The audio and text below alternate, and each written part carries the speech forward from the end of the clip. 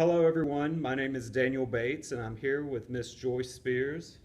Great to see you today, Joyce. Good to see you, Daniel. Could you please tell us a little bit about yourself?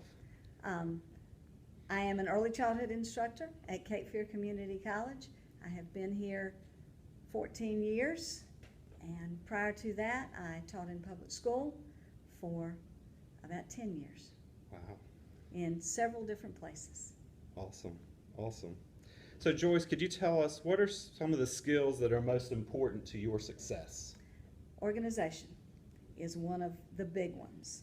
If you walked in my office right now, you would see that I'm not very organized. I am, but it just doesn't look like it.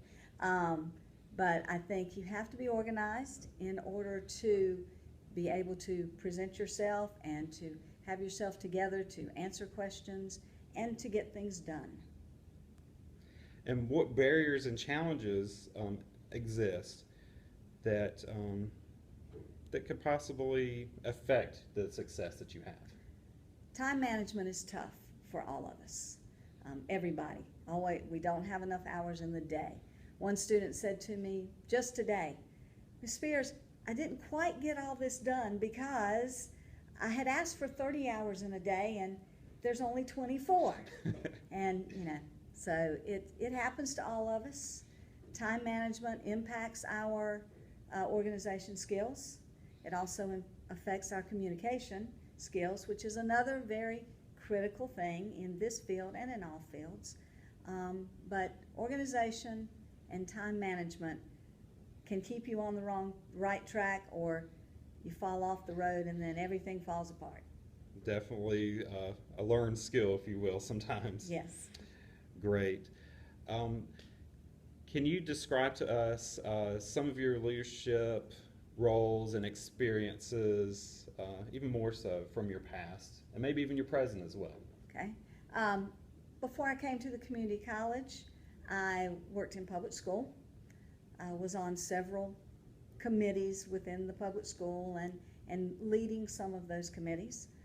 In my personal life, my husband and I traveled around quite a bit. He is retired Coast Guard, so we visited a lot of different places and had the opportunity to be a part of a lot of civic groups and lead a variety of activities, such as a backpack drive for the school children on the military base in Honolulu, Hawaii. If you saw a supply list for those kids, you would kind of lose your mind. They're about 2 pages long. Wow. And so it was tough for some of those children and the children in the community as well. So we began with just the military children and then moved out into the community and provided the children and the schools with some things they need to do. I am also involved with school supply drives here through our church, where we collect school supplies and share them with a number of the schools in the area. As far as leadership here at the community college, we all are on a variety of committees. Our program here is working towards, we are NAEYC accredited, and we are keeping our NAEYC accreditation going. Good. And our leadership here we see as a shared leadership. We all realize that we all have talents. One week I may have time, another week one of our other faculty members may have more time. So we kind of share leadership here. We do have a boss, and if it comes right down to it, she's the one responsible. But we do listen to each other, which I think is an important quality of a leader. You have to be willing to listen.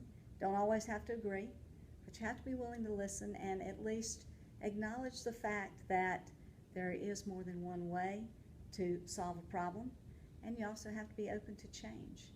NAEYC was a big change for us. It's been a real asset to our program because now we look a lot more at our activities and why we do them. Are we doing them for a reason so that not just students learn facts, but they learn to put them into place in classrooms? Awesome. That sounds awesome. It sounds like you guys have come a long way We as have. well. We're still working on it. That's cool. That's It's good. an ongoing effort. That's very good. And Joyce, could you also tell me, What would you like to see in the role of leadership in early childhood? Would like to see people that understand children, that are compassionate for the needs for children, and are willing to stand up for those needs and say, this is not in the best interest of children. We don't need to be worried about doing homework in after school totally all day, the whole time they're there, because that homework is the connection that the families have with the child and their school. We aren't here to take the place of families. We are here to support families, not to replace them. So I think we need leaders that are willing to stand up and say, no, we want your child here. We know they're going to pay us, you're going to pay us money, but that's not our primary focus. Our focus is what is best for children and how can we make their lives and the lives of their families better. And because that's what we need. Awesome. Well, thank you so much for taking some time out today to do this Thank interview. you, I Daniel. appreciate it. And we'll be in touch. All right. Take care.